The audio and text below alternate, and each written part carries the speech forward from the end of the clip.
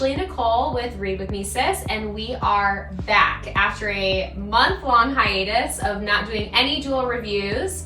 But we are so excited because today we have a double review for you to make up for it. We are going to be reviewing 2 books of a duology, and it has quickly become one of my favorite duologies I think I've ever read. And for me, it was very much a vampire redemption book. Yeah, you needed it. I needed. But today we're going to be reviewing Serpent and the Wings of Night. And then the second book is Ashes and the Star-Crossed King by Carissa Broadbent, who in my opinion is a phenomenal author that it doesn't get talked about enough. Yeah. She's amazing, and I don't think we have anything negative to say about this book. So we can actually go ahead and give a star rating because you already know it's going to be a 5 out of 5 for me. It's a 5 out of 5. Both books. The Both. whole thing is a duo. 5 out of 5. No dislikes. It's amazing. So let's go ahead and dive into a quick summary of book 1. I don't have a physical copy of book 2 because they are on pre-order right now, so I'm waiting for that to come in. So hopefully I'll get that in, I think, July. But good news is that these are both included in Kindle Unlimited. So you guys, if you have a Kindle Unlimited, you can read both these books a part of your membership. So super exciting. Really quick summary of book 1. This series is about a woman named Araya. Araya is a human that was saved, I guess we could say saved by a vampire king named Vincent. And book 1 is the equivalent of like Hunger Games for adults, introducing vampires. So Araya wants to win this competition called the Kajari that all of these vampires from all over their realm compete in, and when they win, they get one wish granted by their god Nyaxia. And so the first book is really all about her really winning this competition, and she ends up meeting a male main character named Rain, who is a vampire, but he's a vampire from the enemy vampire territory. So she grew up in the Hiaj territory, and Rain is from the Rashan territory, and they have been at war forever, and because that's the way things have always been, right? So we dive into the book with that. It is super, I mean, it starts out hot right off the bat. This book is like, there is no slow burn in this book. You get right into it. Romance slow burn, but with everything else, not so slow burn. The romance is a little slow burn. I will say it's so hard for me to title this a romance book because I do think the romance takes like kind of the back burner in this. There is some romance in this because obviously the 2 main characters, there is a romance between the 2 of them, but it's not really what the main plot is about. And really, I think a lot of the first book is just about understanding Araya's backstory, how she came to be living with the Vampire King, and her really interesting relationship with him that she has developed. This father figure in her life. This father figure, yeah. So definitely, if you are someone that is triggered by toxic father relationships, be warned when reading this because there is some really tough emotional things that she goes through with this guy that saved her. But in summary, she has daddy issues. Yep, definitely daddy issues in this one. So yeah, I mean, really good first book, really strong start to a duology series. Let's go ahead and start off with our likes for this book. What were your likes, Nicole? So my first thing I think that like really stuck out to me for liking this book was just Araya's character in general. So I feel like a lot of the times when you get a female main character who is put in these life or death situations, she has to kind of go through learning how to survive, how to kick in for the fight or flight. But Oraya was literally trained to be a killer. She grew up in an area where she was this human in a vampire world, so the vampire king always taught her to, you know, watch out for your surroundings, be prepared to fight. And I think so going into the Kajari, into like this arena where everyone's trying to kill her, like she already knew what she was doing. She knew how to kill, she knew how to fight, she knew how to do all of that. So we love a bad bitch female main character, and she just started off the bat like this baddie. So that was like a huge thing that I loved in this book, was just the energy of the female main character. Yeah, I have to agree with you on that one. I always love seeing a character develop and like become stronger, but there's also something super refreshing to like get a character that already like knows her strengths. Like she's like, I know that I have a weakness and like I've perfected that weakness. Yes, and she does. I mean, like she has so much character growth and like just learning so many things about herself and becoming so much stronger emotionally. Yeah. But like physically, no. She's already a baddie. She doesn't need to learn anything physically from no one. No. Yeah. No, that was definitely something that I really enjoyed about this book as well. I also really enjoyed the complex relationships in this book. I know we talked about this before recording the review, but the relationship that she has with Vincent is so toxic, but it is also the like epitome of hurt people. He is this father figure that it's so obvious when you read this book that he loves Araya. He just doesn't know how to love. Like he never was taught how to love. And in this vampire world, love is like a really big weakness. So you just don't do it. But obviously she's human. And so she doesn't feel that way. She doesn't see it that way. So there's really this like sad relationship that plays out between her and Vincent, and she of course throughout the book learns new things about him and understands new things about herself and how, you know, she came to be living with him. But I love that. I feel like this author did such a good job of just having this like heart-wrenching relationship play out in front of you, and you can see this like, you know, push and pull where he acts like the king to her sometimes, and then other time he acts like a father to her. And he doesn't know how to balance the two, and you can tell that he doesn't know how to balance the two.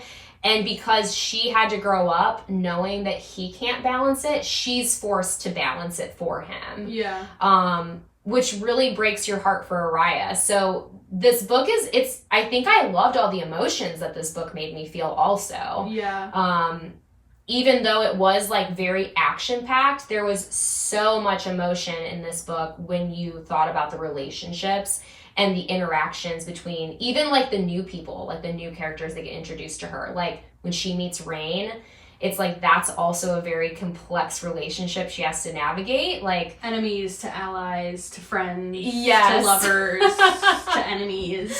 Yeah, we go a lot of flip-flopping with that relationship between the two of them. And then there's also another female like character, Misha, that comes into play that's like one of Rain's really good friends, but then her relationship with Araya is really inspiring too. Cute, sweet. It's really cute. Friendship story. Yes, I feel like we just get all the feels. We also get all the tropes. I mean, the enemies to lovers. Way, though. It's not like too much where it's like cheesy, you know? No. There is nothing feels overdone. No. Everything is perfectly done. All of the tropes are perfectly played out, but we do have an enemies to lover trope. We do. We have a lovers back to enemies trope. Like, so they're enemies the whole time, right? Because like they're supposed to kill each other because they're in like this Hunger Games vibe. Yeah. But then they also have to be allies. Because, like, you need allies in the Hunger Games, right? Everyone needs an ally. Yes. But then also, at some point, you gotta kill each other again. So, the vibes are just so back and forth. And we love a little push and pull. Oh, yeah, I love that. The tension. I don't know if there's, like, ever going to be a stopping point of all the things that I loved about this book. I think I could rave about it for hours. But the best part for me, and this is where you're going to get a major spoiler. So if you don't want to hear a spoiler, you can either speed up or turn this video off. But the ending was such a plot twist for me. I mean, and I love a good plot twist. I know I've said this a million times over, but I love an ending that I am not seeing coming. And I think we had like opposite plot twists. Like what I didn't see coming, you saw coming, and when you didn't see coming, I saw coming. Because I, spoiler, did not think that Oriah was going to be the heir. And you didn't think that Rain was going to be the heir. No. And I knew from like just the context that Rain would be the heir, and you knew just from context. So like if we would have read the book at the same time, we probably would have come to the conclusion that both of them were going to be the heirs. Yes. But we read it separately. So for me, I like texted her and was like, I did not see that coming. And she's like, oh, I saw that coming, but I didn't see this coming. Honestly, which maybe it's a good thing we didn't read it at the same time, because we would have maybe spoiled that like surprise ending. It wouldn't have been as fun. Yeah, we were just talking about how, you know, fan theories aren't always the best, because you can really predict some stuff that maybe it's just better if you don't know about. It takes the fun out of reading to know everything and predict everything. Yes, but I didn't see it coming. I didn't see, and like I think the thing for me, which again we're doing spoilers, so Vincent dying by the hand of Rain, like that crushed me. Just knowing how much it was gonna crush her. Yeah. That like he's the one who did it. Oh, it was just heartbreaking. That for me was like the real plot twist, because like obviously you know that he's gonna go into power after this. And, like, something's going to happen to Vincent. But, like, to die at the hands of the man that you care so much about, just slept with, just saved his life. I know. Yeah, it was definitely gut-wrenching at the end. When Vincent finally tells her that he loves her, I was a sob fest. I mean, she's just like chasing his approval and his love. I know. That her whole life, because she doesn't have anyone else. I know. He's made her so codependent on her, but has never like said that he outright loves her like a child. And then dying in her arms. I've made mistakes, but you were not one of them. Oh, I know. My God. It ruined me. It did. It completely ruined me, and I'll be honest with you, I'm so glad I read this book when book 2 was already released, because I don't know how anyone read this and had to wait for book 2 to come out. Like, kudos to you guys. I would have been crawling up a wall, because this ending was, at least for me, felt similar to how I was with like you know, Rebecca Yaros's books. Like, it was like very much a like cliffhanger, like holy shit, what is gonna happen now? Me, like in Carissa's DMs, like please tell me what happens. I need to know what happens next. Yeah, that was definitely this book for me. Like it was just so good. This book got me through probably one of my bigger like book hangovers. I think I read this book directly after Throne of Glass series. Oh, yeah. Hangover. So you needed that. I needed something to really get me out of that, because obviously Throne of Glass still to this day is like one of my favorite series. But I reread this recently because Nicole, I was begging her to read this for so long.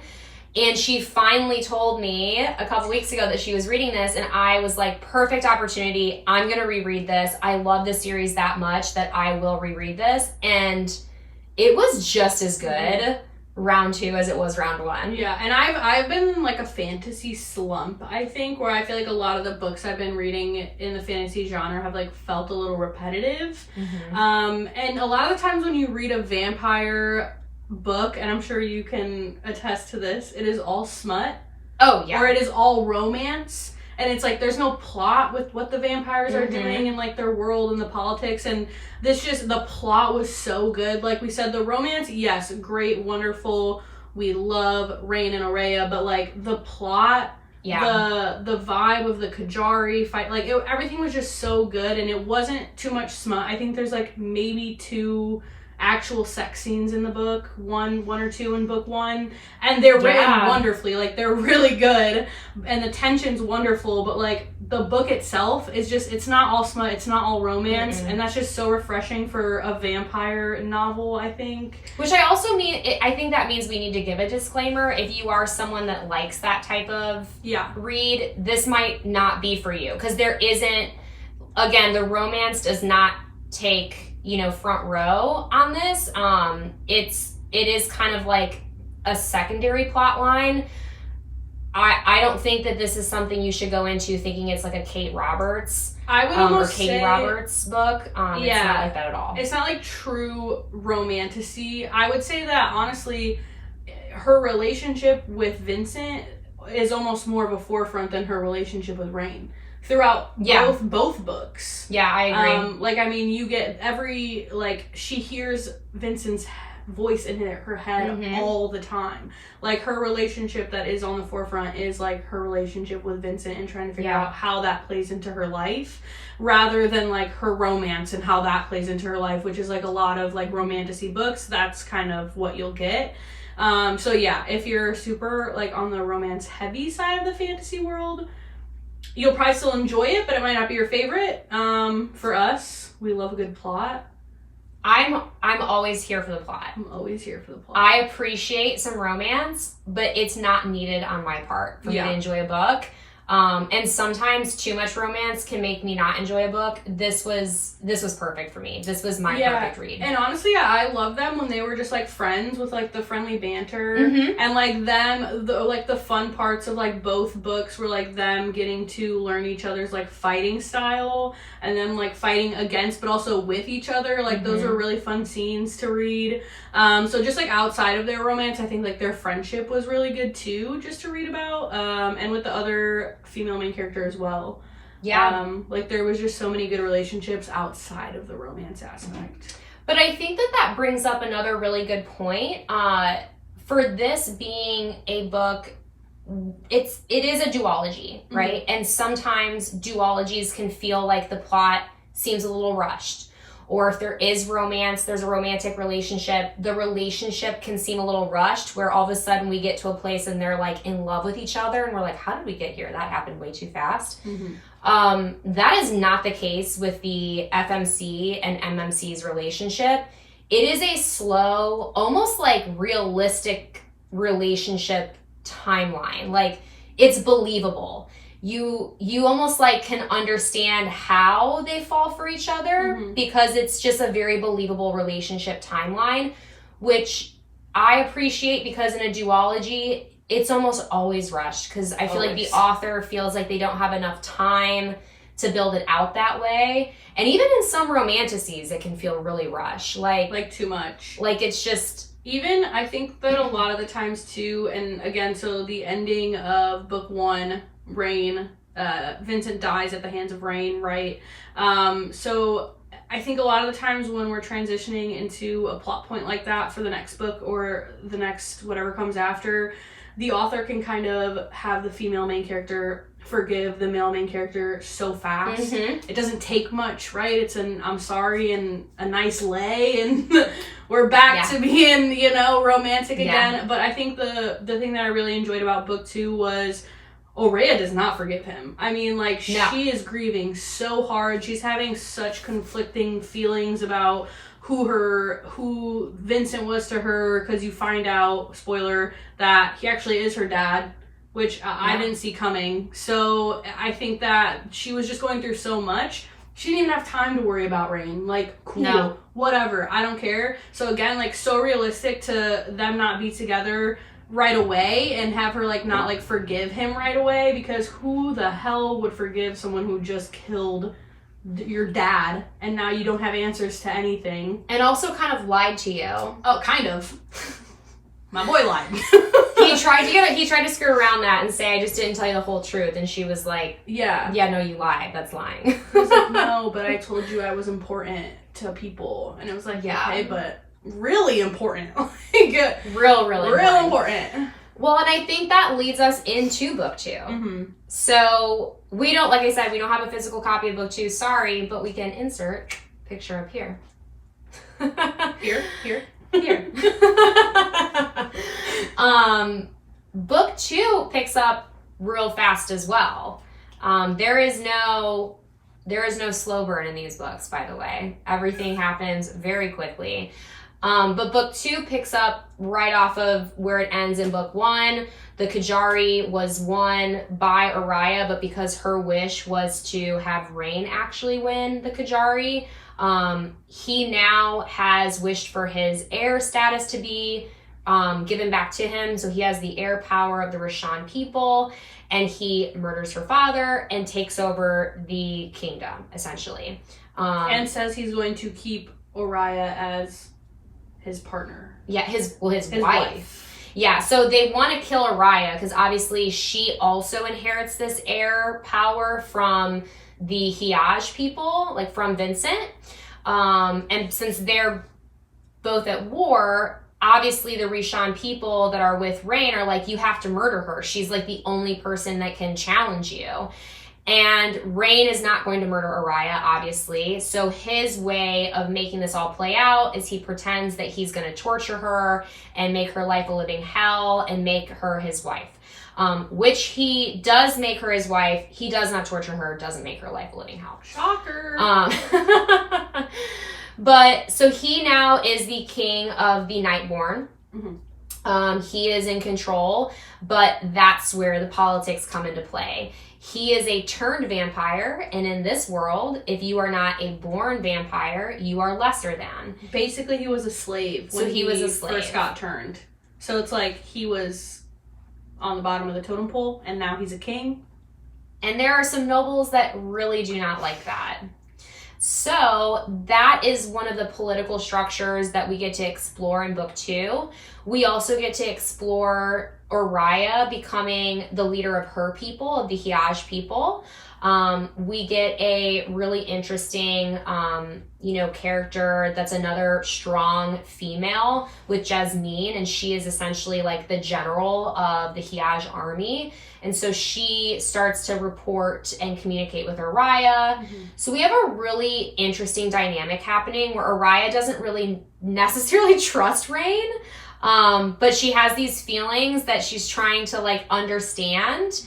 And she's also trying to save her people because the Rishan are like murdering her people now. Yeah. And they've also partnered with this other vampire noble house, the Bloodborn. Mm-hmm. And they have their own like underlying, motives, which we get to uncover. But this book is it's super cool. It's not a competition book, so it doesn't have that same like action as we jumped into with the first one. However, it still has a lot of like world building and honestly action. Like, I mean, there is a lot of action in this too. I think Araya's like almost dies like 5 times in this book. Yeah, no, like, it's definitely dicey. She's fighting for her life. And I mean, Rain too, like, yeah. Araya tried even killing Rain at one point. I mean, with the coup that she, like, staged at the beginning of the book when she called in Jasmine. Yeah. Like, she causes chaos, everyone else causes, like, there's multiple times where there was just some sort of battle or, like, war or something going on. So, like, it's still there. Like, that plot is still there. You're still getting all that action and the fighting and the wars and stuff like that. But you're also getting, like, why that's happening, the political stuff that's going on. It was so good. Yeah, book 2 was really good. There's also this, like, mystery element in book 2. So, like, she obviously learns that Vincent is her blood father, like it's her biological dad, which that was unexpected because she's human. How does that happen? So she's finding out essentially who her true like parents are. So there's this mystery of like really uncovering like what was Vincent doing? How was he her real father? They get to like travel to his like home, his original homeland, like where he grew up. There's just so much. I almost like can't even, just talking about it, I can't believe how much happens in book 2. A lot. I mean, also like Araya trying to figure out how that vampire blood like is it like plays into who she is. Like you even get like a little bit of like the vampire like smut scenes because she finds out she actually does kind of like blood and the taste of blood. Yeah. So like I did really like that. Like I felt like the first book that they were vampires, but you didn't get like a lot of the like vampire aspect, as opposed to like the second book you do get like the vampire smut, the drinking the blood from each, like it was so good, like because she's trying to learn how this is affecting her now and like these cravings that she didn't even know she had, while also grieving so hard. I mean, like if you've ever loved someone who really maybe wasn't a great person, but you're still trying to come to terms with the fact that they're important to you and they really did mean something to you, they cared for you even if they were kind of shitty.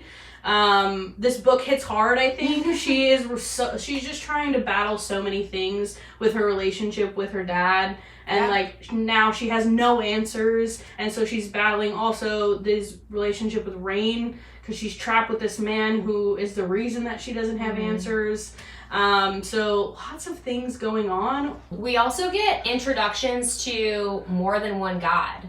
So that's another structure of this world, is there's the vampires, there's the humans, there's demons, but there's also gods that rule all of them. So the humans have their own god.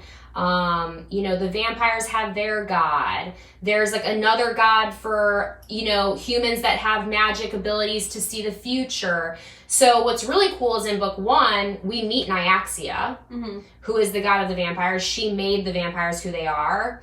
But in book 2, we get to meet another god, which is like the god that, the seers pray to. The Weaver of Fate. The Weaver of Fate god. So that's also really cool. It's like this extra element that adds into like the story and the world building, which I really appreciated. Religion plays a huge role in this book. Yes. And honestly, like the fucked up aspects of religion too, like how blindly you can just follow a god without questioning why they're doing what they're doing. Like it's very clear in this book that the gods love chaos and they love that people don't get along, and it's like they're still worshiping them and like trying to please them. So and there's a lot of good plays on religion in this book, which I did enjoy. Yeah, no, I again, I don't think I could say anything negative about book 2 either. It was such a wild ride.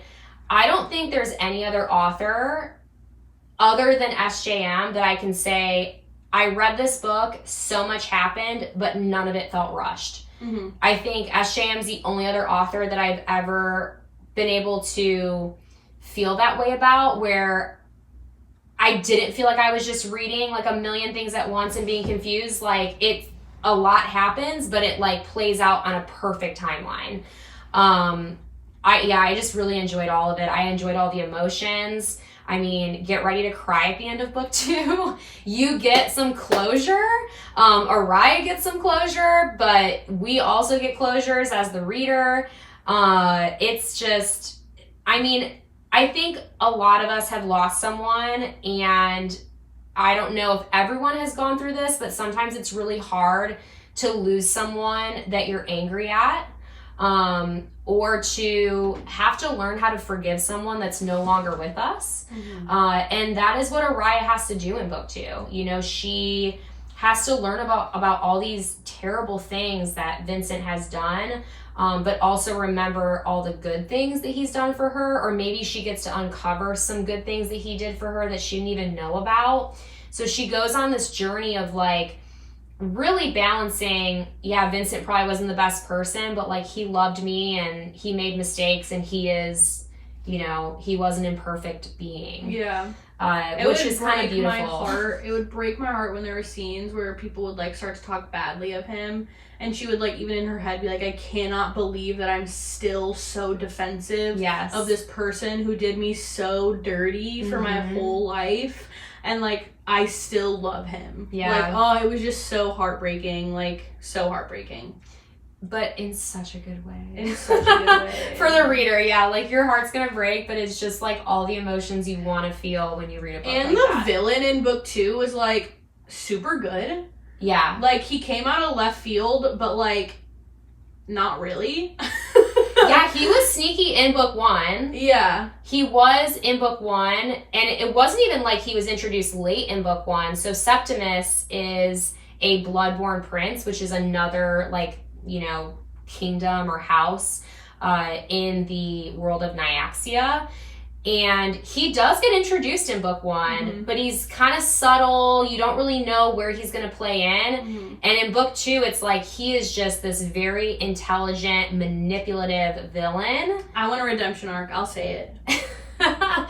Yeah, he's also a villain that, like, we don't get to see die. Like, one of the other villains does die, but, like, the real villain, the one that was pulling all the puppet strings, he doesn't. So we're gonna, for sure, we're gonna hear some more things about Septimus. Yeah, he also gives, like, daddy vibes, kind of. Like, I think that he's probably hot. Like, I think that he's a morally great character that we should get a redemption arc for. Yes, he is. He has his own story. I think, I will say, like, the overarching theme of this duology that Carissa did such a good job of is just understanding that, like, people are flawed, and sometimes these terrible things that a character is going to do is happening because terrible things have happened to them, or it's very much this, like, world of survival. They're trying to do what's best, what they think is best for their people. For them and their people. And, like, the gods have pinned everyone against each other so much.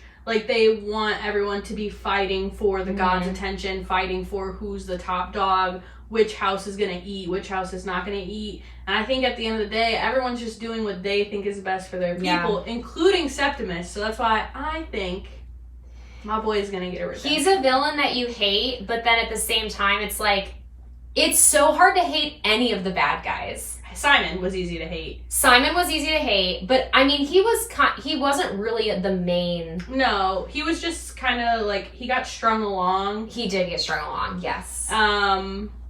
But also Septimus kind of feels like he just was going with the flow of who was doing the bad things and kind of pushing it along. He wasn't really like the mastermind. Because even Caius, like, who betrays Rain, like, at the end of book 2, you're like, oh, like, he was still also trying to survive. I felt bad yes, for him. He betrays him, but there's just a lot of, like, you do get a lot of morally gray characters where you're not sure if you should truly hate them or, like, pity them. If you're an empath, like, you're gonna be, like, in an internal struggle reading this book. So, which, like, to me, like, Rain wasn't morally gray. Like, he killed Vincent, like, that was whatever, but, like, he was a good person. He was, dragged into doing this thing by his best friend to save his people. And, like, at the end of the day, he was always just trying to do what was best for his people and for Aurea. But, like, Septimus is, like, the morally gray character I need. Like, sometimes I need a villain that's gonna be a villain so I can hate him and love him. Yeah, no, I'm all for a morally gray character. Hopefully, Carissa, if you're watching this, please, I know that the next book that's being released is going to follow Misha, which I'm really excited about because I did love her. But the next book after that, you should maybe a Septimus book. Because we would love to see Septimus and what's going on with his world and what he's going to do to save his people. Because at the end of the day, hopefully just all the houses can get sorted out. Yeah, and fuck the gods. Yeah, like, can we also get, like, maybe one book, once you've done everybody's story, like, let's just do one book at the end. Rally against the gods. Rally everybody against the gods. Because really the gods are who are fucking everybody over. That's the real villain. Is the gods. That's true, That's the real villain here. That's the real villain here. So let's see where Carissa takes that. Just a little pointer, Carissa. Yeah. I'm really excited, though, for the next book. I loved book 1 and book 2. I still need to read Six Scorched Roses, which is the novella. So we can do, like, a short review on that when I finish. We'll post something on our Instagram page. But, yeah, I loved book 1, book 2. 5 out of 5 stars. 5 out of 5. If I could give more than 5 stars, I would. But for both books, I mean, I have no complaints about either. Carissa has quickly become one of, like, my top authors to read. I read her other series, Daughter of No Worlds, which if you haven't read that, please pick it up. It's amazing. You will not regret it. But yeah, no, loved it. Loved every second of this story. Loved the adventure. Yeah. And I hope you guys did too. Let us know what you thought about the book. And come read with us, sis. don't forget to hit the like and the follow button as well. Head over to our Instagram page, check out all our content there, and we will see you guys next time. Bye, everyone.